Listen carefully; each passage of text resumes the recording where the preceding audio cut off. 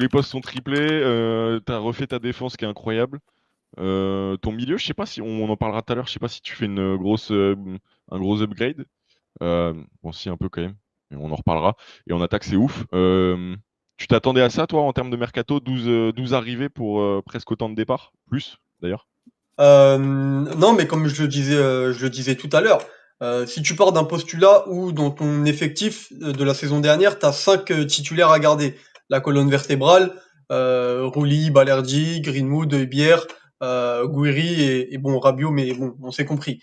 Ça veut dire que tu as 6 joueurs de plus à trouver hors de ton effectif, donc sur le marché, pour venir les mettre en titulaire. Donc ça fait déjà 5 arrivées. Et ensuite, tu joues la Ligue des Champions, donc forcément, tu dois étoffer ton effectif, étoffer ton banc. Sur le banc, t'as 7-8 joueurs, donc ça fait pareil, parce que t'avais pas un banc très qualitatif et même très quantitatif la saison dernière. Donc forcément, ça fait 5 joueurs de plus, 5-6 joueurs de plus à aller chercher cette fois-ci pour le banc, que tu rajoutes aux 5 joueurs que tu as rajoutés à ton 11 titulaire. Donc moi, finalement, ça me choque pas, ça te fait tes 11-12 arrivées, la moitié titulaire, la moitié en joueur de complément. Et comme je disais tout à l'heure, ça a été fait intelligemment parce que sur les joueurs de complément, eh ben, t'as fait des opérations financières en cohérence avec le rôle qu'ils auront. Les Gomez, les Egan Riley, les Emerson, c'est des joueurs de complément, donc tu les as fait venir gratuits ou quasi gratuits. Et donc, t'as pas entamé ton enveloppe mercato. Et sur les joueurs titulaires, les gros joueurs comme Aguerd, comme Medina, comme Peixao, là, t'as engagé ton enveloppe mercato. Donc, je trouve que tout ça a été fait intelligemment, c'est cohérent. Et pour ceux qui parlent de stabilité, il faut pas juste d'instabilité plutôt, il faut pas juste arrêter aux chiffres. Quand tu regardes les 14 départs, moi dans les 14 départs, je vois Unai, je vois des joueurs comme Alexis Koum, je vois des joueurs comme Quentin Merlin, je vois des joueurs comme Valentin Rongier qui était en fin de cycle à l'OM, je vois des joueurs comme Moumbania qui était barré par la concurrence. Donc c'est pas vraiment d'instabilité parce que c'est des joueurs qui l'année dernière ne jouaient pas. La stabilité, c'est Heubière, la stabilité, c'est Balerdi, la stabilité, c'est Greenwood, la stabilité, c'est aussi le fait d'avoir gardé Gouiri et qu'il ait réussi chez toi. Murillo, qui, même s'il va pas avoir le même rôle que la saison dernière, il va revenir à un rôle de complément. Pour moi, ça reste de la stabilité. Donc moi, je suis entièrement satisfait de ce mercato. Johan, À mon tour. il y a eu un départ, excuse-moi. T'allais dire quelque chose? Non, j'allais te dire c'est à mon tour, c'est ça? Ouais, en mode je distribue la parole. Non, mais en vrai, on peut. Vas-y, parole libre, c'est un live, c'est chill. Non, moi, On peut je s'envoyer. Et il y a rejoins. Rabiot qui est parti en plus. Ouais, Ça, c'est dommage. Ça, c'est très très dommage. Et je rejoins Samy sur ce qu'il dit. Moi, j'ai pas trop aimé les sorties médiatiques des journalistes suiveurs de l'OM qui disent que, notamment Dimeco ou Alessandrini, que Longoria, ça manque de stabilité, que machin, que chouette. Moi, aujourd'hui, je pense que l'objectif de l'année dernière, c'était de garder ton squelette. Ton squelette, c'était, comme l'a dit Samy, Rouli, Balerdi, Højbjerg, Rabiot, Gouiri et Mason. Chose que tu as faite, Rabiot, ça ne dépend pas de toi parce que tu n'es pas maître de ce qui s'est passé ce jour-là dans ce vestiaire. Il y a eu peut-être une mauvaise gestion de la part de l'OM sur la communication. Peut-être que tout le monde a un peu trop vite parlé. Mais aujourd'hui, tu perds pas Rabiot parce que tu te l'es fait chipper. Tu perds Rabiot par des conséquences d'une défaite. C'est dommageable, oui. Ça aurait pu être mieux géré. C'est là où on doit peut-être grandir. Mais aujourd'hui, tu as conservé l'ossature de ton équipe. Et ensuite, ton défaut l'année dernière, c'est que tu avais une sortie de banc qui n'était pas incroyable. Je ne dis pas que les joueurs comme Bacola, comme Vaz, comme d'autres, sans les citer, étaient pas au niveau de l'OM, ne sont pas au niveau de l'OM. Mais quand tu as une saison où tu dois jouer la Champions League et la Coupe de France, et le championnat de Ligue 1, pardon, tu te dois d'avoir un banc un peu plus étoffé avec des joueurs avec un peu plus d'expérience. Je l'ai dit tout à l'heure en voix robot, donc personne ne l'a entendu. Mais quand je regarde par exemple la charnière centrale et les 4 joueurs qui sont disponibles pour Roberto De Zerbi, je vois 4 titulaires avec Aguerd, Pavard, Egan Riley et Balerdi. Aujourd'hui, je ne suis pas capable de te dire qui va jouer titulaire. Je ne suis pas capable, même si bon, Balerdi il est sur une mauvaise phase, mais j'ai l'impression que et si on regarde bien, sans donner d'infos, mais c'est une intuition, c'est les cadres de l'Olympique de Marseille qui sont dans le dur en ce moment. Et ce qui est sorti dans les médias, c'est que c'était les cadres de l'Olympique de Marseille qui ont très mal vécu enfin, la sortie, du coup, je voulais faire un mot sophistiqué, mais je ne suis pas arrivé. La L'éviction. sortie, Mais ouais, bien joué. voilà, j'étais pas loin, de Rabiot. Et ça se voit. Donc, moi, je pense que cette trêve, elle arrive à point nommé pour le collectif et pour le groupe. Ça va remettre peut-être tout le monde la tête à l'endroit et une victoire face à Lorient fera encore plus de bien pour ensuite aller défier les tyrans qui nous attendent en Ligue des Champions et le Paris Saint-Germain qui va être très difficile à jouer aussi. Donc, complètement satisfait de ce mercato. Il ne fallait pas s'attendre je le répète encore et désolé si je garde beaucoup la parole parce que tout à l'heure je l'ai dit Non, mais personne t'inquiète. n'a entendu. C'est vrai que l'année dernière, on a réussi à faire Rouli, on a réussi à faire Højbjerg, on a réussi à faire Greenwood, Rabiot, Guiri en janvier. Je pense que les supporters de l'OM s'attendaient peut-être à des gros noms aussi cette année parce qu'il y avait la Ligue des Champions. Mais avoir Rabiot l'année dernière et Greenwood, c'est une anomalie. Aujourd'hui, si Greenwood il n'a pas son affaire, il est sûrement dans un des 5 meilleurs clubs du monde. Pareil pour Rabiot, s'il n'était pas libre et si Benassia, il n'avait peut-être pas cette relation avec lui, il ne serait peut-être pas venu à l'OM. Donc, je trouve que c'est cohérent avec une année 2 d'un projet sur 3 ans. Maintenant, l'objectif, ça va être de se requalifier en Ligue des Champions, surtout pour avoir une pérennité dans les comptes de l'OM. Et si on arrive à faire quelque chose en Coupe de France, c'est que mieux. Et en Ligue des Champions, frère, on va s'amuser, tout simplement. Pour tous ceux qui sont sur Twitter et Insta, n'hésitez pas à venir sur YouTube, comme ça on voit vos commentaires sur le chat. Johan, moi je suis d'accord avec toi, la trêve elle est bienvenue quand même après cette défaite à l'Olympico dont on va reparler parce qu'on va reparler de Balerdi. Je pense que ça va te permettre, donc on reçoit Lorient le 12 septembre, donc c'est presque dans une semaine jour pour jour. Ensuite tu vas enchaîner avec le Real, ça faut voir comment j'ai hâte. Bon, on va tout gagner hein, les gars, hein, on se le dit. Hein. Je ne suis pas de ton avis, mais c'est un Tu avis dis très quoi? marseillais. J'ai un bureau en bois. Ah ouais? T'es déjà pessimiste?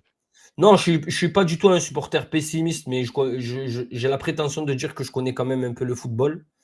Et des fois, et je connais mon club aussi, attention, parce que Ouais. je connais plus mon club que le Ah, football. ça va être Parce que toi, tu es compliqué. capable d'aller gagner à Lorient, tu es capable d'aller gagner à Madrid, tu es capable de gagner à Paris, tu es capable de faire les trois, et après d'enchaîner 3 défaites contre Strasbourg et les équipes qui suivent, tu vois. Tout à fait. Donc, Bah nous, c'est l'OM est capable de tout, tu l'incohérence. vois. L'OM est Euh, incohérent. ouais, complètement. Donc, non, on a peu de chance. En fait, c'est très bien. Je sais plus, c'était quel humoriste qui disait tu as aucune chance, alors saisis-la, tu vois. Donc, C'est dans les c'est bronzés Jamel fonds du Debbouze. ski. C'est pas Jamel Debbouze, frérot? Ah, mais peut-être qu'il reprend la fameuse phrase. Tu sais, c'est sur un malentendu, ça peut passer. C'est non, c'est Michel Blanc qui dit ça à Gérard Ouais, c'est Jugnot ça. dans les bronzés fonds Et du ski. c'est complètement la C'est peut-être vérité pas au ça. final. C'était ça dont tu parlais ou pas? Je sais, non, non, tu as aucune chance, saisis-la. Je sais plus, c'était quel humoriste. Ah putain, merde, j'ai dit n'importe quoi en fait. Racha, c'est Euh, quel humoriste qui dit tu as aucune chance, saisis-la? C'est Gad Elmaleh. C'est Gad Elmaleh. Voilà, Ah, confirmation de bien Racha. joué. Merci la prod, la régie. Jamel Debbouze? Sa conseillère d'orientation qui dit ça. Ah, c'est sa conseillère. Ouais, bon, bref. Merci. Merci pour l'intervention, Racha. Incroyable. Bah du coup, par rapport à la trêve, ce que je voulais dire, c'était que aussi ça permet, et c'est ça que tu as dit un peu, Johan, d'être reposé et d'incorporer les nouvelles recrues, dont je connais assez peu de choses en vrai, à part des compiles sur YouTube en 720p. Mais Alors, si je tu peux vois, donner un conseil à tous les supporters de l'Olympique de Marseille, arrêtez de regarder les highlights. Par ouais. pitié. C'est quoi la critique que tu fais sur les highlights? C'est parce que effectivement un match de foot ça se vit sur 1h30 et tu vois les Tu vois, défauts moi, d'un mec déjà, sur 1h30. non, mais moi, ce que je vois, déjà, j'ai une première analyse, c'est que quand tu vois un highlight d'un joueur qui dure 4 ou 5 minutes et que c'est le même match, c'est pas forcément bon signe. Tu vois. J'ai Ouais. jamais vu un highlight de Ronaldinho, par exemple, qui était sur le même match. Tu vois. Donc, Mm. il faut arrêter. Moi, je préfère regarder le joueur sur le terrain. Et c'est tactiquement qui m'intéresse plus que ce qu'il va faire aussi avec ses pieds, même si on sait que c'est le plus important. Mais si déjà tactiquement le joueur il est bon, ça met une plus-value à ton effectif. T'es d'accord, Samy? Ouais, et d'ailleurs, je trouve que les recrues qu'on a fait, notamment au milieu de terrain, tu as beaucoup de joueurs tactiques. Un mec comme Vermieren, je le prends en exemple parce que c'est le seul que j'ai déjà vu jouer.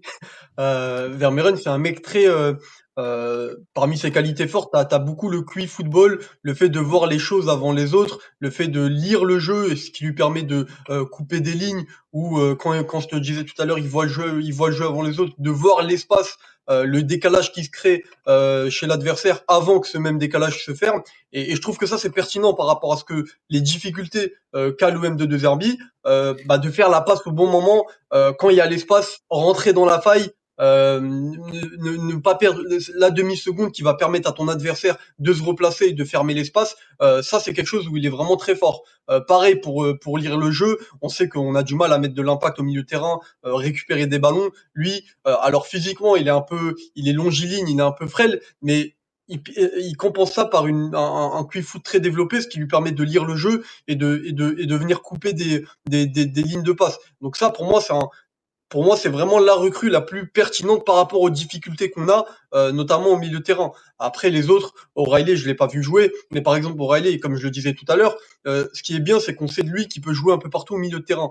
Et ça permet aussi à De Zerbi de ne pas s'enfermer dans un système au cas où dans l'année ça ne marche plus, où il y a des blessés, où il y a des suspensions. Un mec comme O'Reilly, tu peux compter sur lui au poste de 10, mais également dans le double pivot, ou même un mec comme Traoré, c'est un ailier, mais si tu le mets dans l'axe au poste de numéro 10, bah ça reste quand même une position naturelle pour lui, ça reste le même joueur. Donc ça te permet aussi d'ouvrir le champ des possibles avec toutes ces recrues qui pour moi t'apportent un gap technique indéniable. Aguerd, Vermeeren, O'Reilly, c'est des joueurs très à l'aise techniquement et on sait que bah, pour jouer sous De Zerbi, le facteur qui va faire que ça marche ou pas, c'est quand même la technique entre autres et également la polyvalence. On a que des joueurs polyvalents. Un mec comme Pavard, tu peux jouer avec en défense centrale, tu peux aussi le mettre latéral. Un mec comme O'Reilly, je viens de le dire. Un mec comme Traoré, je viens de le dire. Donc finalement, ça n'enferme pas De Zerbi dans un système et ça lui laisse le choix de faire ce qu'il veut avec ses joueurs. Les Belges disent que c'est un crack, nous dit Kapakizé Owen. Bah moi, je veux Ouais, bien le croire, il est encore jeune, hein, Johan. 20 ans, t'as pas encore tout développé. Hein. c'est ça. Et en plus, quelle meilleure école que d'apprendre avec Roberto De Zerbi, qui est qualifié par beaucoup de ses pairs comme un des meilleurs entraîneurs du monde. Alors oui, en ce moment, il est dans le dur et comme on a dit en début d'émission, je pense que ce qui s'est passé à Rennes y est pour beaucoup. Mais oui, après, moi, je ne le connais pas du tout. Je vais être honnête avec vous. C'est un 6-8 pour Euh, répondre à Pancho. oui, ça, je savais. Ah, pardon, pour répondre à Pancho. Salut, Pancho. Oh, Pancho Abordonado. Travaille un peu les corners, Pancho. frère. Et non, moi, je ne le connais pas. J'ai hâte de voir. Je pense que ça va être un joueur de rotation au vu de son âge, mais on le sait, on l'a vu aussi dans le documentaire qu'a fait l'OM. Roberto De Zerbi, il a dit lui-même, que ce soit Rabiot, Heibier, Mason, Rongier ou Balerdi, si tu n'es pas bon et si tu n'écoutes pas les consignes, tu ne vas pas jouer. Donc, ce qui est cool, c'est ce qu'a dit Samy, c'est qu'on a triplé les postes et que, contrairement au match contre Lyon, par exemple, où tu vois que c'était très compliqué de faire un 11 de départ, ben aujourd'hui, quand tu auras ton effectif complet, eh ben, tu auras le choix. Et le choix, c'est un luxe qu'il n'y a pas beaucoup d'équipes qui peuvent se payer aujourd'hui. Et notamment en défense, c'est là où on est bien fourni, où tu as de la polyvalence. Et Les gars, Samy, Johan, par rapport à l'année dernière, on est Gucci. T'as vu la comparaison? Enfin, en tout c'est, cas, au niveau de la défense, moi, j'ai l'impression qu'il y a eu un gros gap de passé. Après, peut-être, toi, t'es pas d'accord avec quoi, Johan? Gucci, c'est beaucoup pour moi, tu vois. Ok, Tu pardon, n'es attends. pas Gucci, mais tu as Je upgrade en trouve tout une cas, ça marque. c'est certain. Tu vois, tu as upgrade, ça c'est Ouais. certain. Tu as upgrade parce que ben, au final, tu Pour te la Ligue 1, retrouves c'est bien. avec. Oui, de toute façon, ton objectif, c'est de te qualifier en Champions League. Ton objectif, c'est pas d'aller soulever la Ligue des Champions. Si on peut le faire, tant mieux, on va pas s'en priver. Mais il faut être lucide, tu vois. On est Marseillais, donc dès qu'on gagne 3 matchs, on a l'impression qu'on joue le titre et moi le premier.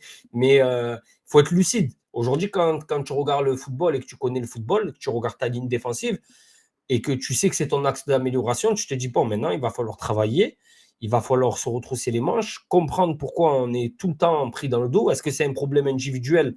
On a beaucoup parlé de Balerdi sur les buts encaissés, parce que ben, malheureusement pour lui, et bien que je l'aime beaucoup, c'est toujours passé par sa zone. Et je parle du but d'Aston Villa, je parle du but contre le PFC et je parle du but contre Rennes. Parce que je ne parle pas de l'erreur, parce que l'erreur qu'il a faite, c'est une erreur. Mais si tu regardes ces 3 buts, il y a énormément de similitudes sur la zone qui a été trouvée, sur la passe qui a été cherchée et Ouais. sur l'appel qui a été fait par l'attaquant. Donc, c'est quelque chose que les équipes adverses travaillent à la vidéo et ils vont te chercher sur tes faiblesses. Donc, on verra si, en mettant, par exemple, je te dis une bêtise, Aguerd et Pavard dans l'axe, ces problèmes-là sont réglés. Ça voudra dire que Balerdi a encore du travail au niveau tactique et peut-être au niveau de son placement, de sa prise d'information. Est-ce que c'est un problème aussi d'automatisme? Parce qu'il faut rappeler qu'aujourd'hui, il doit jouer soit avec Medina, soit avec Egan Riley qui n'était pas là l'année dernière. Donc, il y a plein d'interrogations, mais je ne suis pas inquiet. Tu vois, moi, je Ouais. ne suis pas tombé sur Balerdi. Il est dans une mauvaise passe et peut-être qu'à la fin de la saison, c'est lui qui va te qualifier en Ligue des Champions. Tu ne sais pas. Donc, regardez Cornelius. Cornelius, il ne fait pas la saison de sa vie à l'OM. Personne ne s'en souviendra dans 10 ans. Mais pourtant, c'est lui qui met son pied contre le Havre et c'est ce qui te qualifie en Ligue des Champions. Ouais, c'est clair. En tout cas, pour revenir sur tous les départs et les arrivées, t'as Igor Peixao qui arrive pour 30 millions. C'est limite, c'est le deuxième joueur le plus cher de l'histoire de l'OM. T'as Naïef Aguerd qui arrive 23 millions à la dernière journée de championnat. Bon, on compte pas les prêts avec option d'achat levée. Donc ensuite, tu as Arthur Vermeeren. Il y a pas mal de prêts quand même. Benjamin Pavard, donc ça c'est au niveau des arrivées. O'Reilly, Wea avec son pas de géant. Emerson, Gomez, Egan Riley, Aubameyang et Ahmed Traoré. Donc les 3, la dernière que j'ai cité, c'est libre et Ahmed Traoré, c'est en prêt. Et on a eu quand même pas mal de départs aussi, des joueurs qui sont Après, restés longtemps. il faut être lucide aussi par rapport au transfert. Ouais, Moi, je l'ai appris grâce à certains journalistes qui me l'ont appris. Il faut savoir que certains transferts sont payés des fois les années après. Tu vois. oui, ça s'échelonne Donc, sur 2-3 ans. il ne faut pas se dire, ouais, l'OM a dépensé 100 millions lors de ce mercato, ça y est, on est riche, il y a Riyad, il y a l'Arabie Saoudite. Non, c'est faux. Déjà, il Ouais. faut remercier Pablo Longoria pour Et une tu as chose. reçu de l'argent en plus. Tu as reçu de l'argent aussi par rapport à ton parcours. Et il faut remercier aussi Pablo Longoria par rapport à une chose, c'est qu'il a mis 3 saisons à remettre les comptes et les dettes de l'Olympique de Marseille, on va dire à peu près bien. Et il avait dit, à la fin de comment on appelle ça, de ce période, à partir de maintenant, on va pouvoir travailler. Et c'est ce qu'il fait depuis 3 ans, au final. Alors, il y a eu des échecs, OAI, on en parlera, de Koné, etc. Mais aujourd'hui, ce qu'on peut dire, moi, personnellement, à ma hauteur, c'est que ça fait longtemps que je n'avais pas vu un effectif avec autant de qualité sur chaque ligne à l'Olympique de Marseille. T'as déjà Et je vu pense mieux? que sur ça, oui, mieux, bien sûr. Vas-y, Oui, quelle saison? ouais. Je suis que en vrai. Mieux, quand Ouais. j'étais minot, tiens, Fada, on a joué avec Ribéry, avec Nasri, avec Cissé, avec Sana, avec Mamadou Niang dans la même équipe. Je sais pas Ah si tu mais te mais rends c'est compte. Ouais, ouais, mais cette équipe, elle est meilleure. Samy, t'es d'accord c'était ou pas? ouais, bah, en fait, c'est ce que je voulais dire parce que moi, c'est vraiment les premières années où j'ai Pourtant, commencé je à les suivre adore, hein. l'OM, vers 2005-2006 et tu étais très, très fort devant et au milieu, mais tu étais déséquilibré en défense. Quand Tout à tu fait jouais avec d'accord. Joubar, Julien Rodriguez et que tu avais devant, Cissé, Niang, Ribéry, il y avait un déséquilibre. Là limite, en défense, tu as des top joueurs comme, Aguerd, Pavard et en attaque, tu as des top joueurs comme, Greenwood et Aubameyang. Donc, Je il sais y a pas si vraiment elle une est plus cohérence. forte. Je sais pas si elle est plus forte, mais en tout cas, je te rejoins sur le fait qu'elle est beaucoup plus équilibrée. Moi, Oui. ouais, je pense qu'elle est plus équilibrée, mais effectivement, ça, c'était vraiment une très belle équipe, 2006-2007, on s'en rappelle tous. Et en plus, on avait fini deuxième, donc c'est un bon souvenir. Moi, Ouais. je m'en rappelle pas, j'avais pas l'âge de m'en rappeler, les gars. À la limite, c'était les petits Panini, mais bref, c'est peut-être pour ça aussi que je m'appelle Tino Panini. Mais Samy, blague à part, qu'est-ce que t'en penses, toi, de cette upgrade? Si tu devais faire un classement des secteurs où on a le plus upgrade, lequel tu mets en premier? L'attaque, la défense, le milieu, en deuxième, en troisième? Moi, en premier, je mets la défense et c'est pour ça que je te dis que c'est un top mercato parce que la saison dernière, ton secteur le plus en difficulté, bah, c'était la défense. Et 2 mois après, à la fin du mercato, ton secteur où tu t'es le plus renforcé, bah, c'est la défense. Après, c'est la saison qui va nous dire si c'était des bons coups ou pas. Mais sur le papier, et en l'occurrence, c'est quand même des joueurs qu'on connaît, Aguerd, Pavard. Moi, s'il y a 2 mois à la fin du championnat, on finit la saison avec Kondogbia en défense, Luis Felipe en défense, tu me dis que dans 2 mois, ta défense, ça sera Pavard, Medina, Balerdi, Aguerd. Ouais. Si je suis fou de te dire que c'est pas un upgrade. Donc moi, je mets la défense en numéro un. En numéro 2, je mets l'attaque parce que t'as vraiment trouvé le bon compromis entre aller chercher des opportunités comme Aubameyang et Ouais. vraiment aller sur un travail de fond avec Peshao qui va répondre à un besoin sur l'aile gauche. T'as gardé Greenwood et Gouiri qui étaient vraiment les deux hommes forts de ton attaque, l'un sur les 6 premiers mois et Gouiri sur les 6 derniers mois. Et enfin le milieu où je vais dire que tu t'es pas forcément renforcé par rapport à la saison dernière. Par contre, dans les profils, je trouve que les profils de cette saison au milieu sont plus cohérents que les profils de la saison dernière au milieu. Là, au milieu, tu as des profils variés. Tu as des profils récupérateurs, tu as des profils récupérateurs avec Vermeeren, tu as des profils dynamiteurs avec Traoré, et tu as des profils un peu plus organisateurs avec comment il s'appelle, avec O'Reilly. Alors que la saison dernière, tu avais un peu des doublons. Je trouve que Heubière, Rongier, ça commence un peu à se ressembler. Pareil, Rabiot, tu sais pas trop où le mettre, ça se ressemble un peu avec les deux autres, mais pas trop. Je trouve que ça faisait un peu doublon. Là, au milieu, effectivement, on peut se dire qu'avec la perte de Rabiot, tu as peut-être perdu un petit peu en qualité, mais dans la cohérence des profils et dans ce que tu peux faire avec les qualités des uns et des autres, je trouve que tu es un peu plus dans je sais pas, une forme d'équilibre où ça se complète en fait. Je trouve que ça se complète beaucoup plus. Moi, j'ai C'est. envie de répondre à Corentin Bevin qui dit pourquoi on a quand même cette impression que l'équipe n'a pas autant évolué que ça par rapport à l'année dernière. Cette raison, elle Ah s'appelle si, quand même. Adrien Rabiot, tout simplement, les mecs. Parce qu'aujourd'hui, si Adrien Rabiot ne quitte pas l'Olympique de Marseille, je pense qu'on enflammerait Twitter de ce mercato-là. Et je pense que c'est le point noir de ce mercato, mais qui au final, je ne vais pas dire que ce n'est pas la faute des dirigeants ou que ce n'est pas la faute du joueur, c'est la faute de tout le monde. Et ça a été mal géré par les deux parties. Mais aujourd'hui, mettez-vous dans l'optique que si on ne perd pas Rabiot et qu'on se renforce autant, alors on ne serait peut-être pas renforcé autant parce que peut-être qu'on n'aurait pas signé un prospect sur l'avenir, entre guillemets, comme Vermeeren, c'est ça? C'est son nom. Ouais, c'est ça. Ouais. On n'aurait peut-être pas signé un joueur comme ça. On n'aurait peut-être pas signé O'Reilly parce que on sait que De Zerbi voulait un vrai 10, mais qu'il voyait peut-être Rabiot dans ce profil-là. Mais aujourd'hui, si tu ne perds pas Rabiot, il faut être conscient et concis. Si tu ne perds pas ce joueur, tout le monde crie au génie à Ouais. Marseille et ailleurs. Et C'est sûr et certain. t'as un Mais tableau assez après, incroyable. complètement. Et je répète encore une fois, les mecs, Adrien Rabiot à l'Olympique de Marseille la saison dernière, sans Ligue des Champions, c'est une anomalie. Ce n'est pas normal. Voilà. On C'est a eu la clair. chance de l'avoir parce qu'on on a des dirigeants qui ont très bien travaillé pour l'avoir l'année dernière. Peut-être un peu moins bien pour le garder, j'en sais rien, ça ne me regarde pas. Mais le fait est de dire que l'année dernière, il était là et qu'il a fait le taf et qu'il t'a permis de te qualifier en Ligue des Champions.